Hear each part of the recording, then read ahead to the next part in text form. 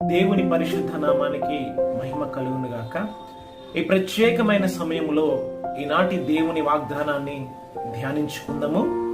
కీర్తన గ్రంథము 52వ అధ్యాయము 8వ వాక్యము. నేనైతే దేవుని మందిరములో పచ్చని ఒలీవ చెట్టు వలె ఉన్నాను. ఆమెన్. ఇక్కడ కీర్తనకారుడైన దావీదు తనతో ఉన్నవారు ఎలాగున ఉన్నను తాను దేవుని మందిరంలో ఒక పచ్చని చెట్టు వలె ఉంటాను అని దావీదు మనకు తెలియచేస్తూ ఉన్నాడు.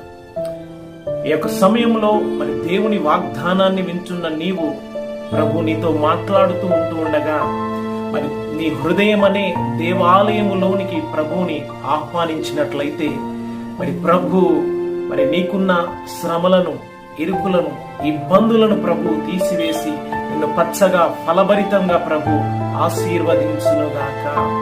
ఆమేన్.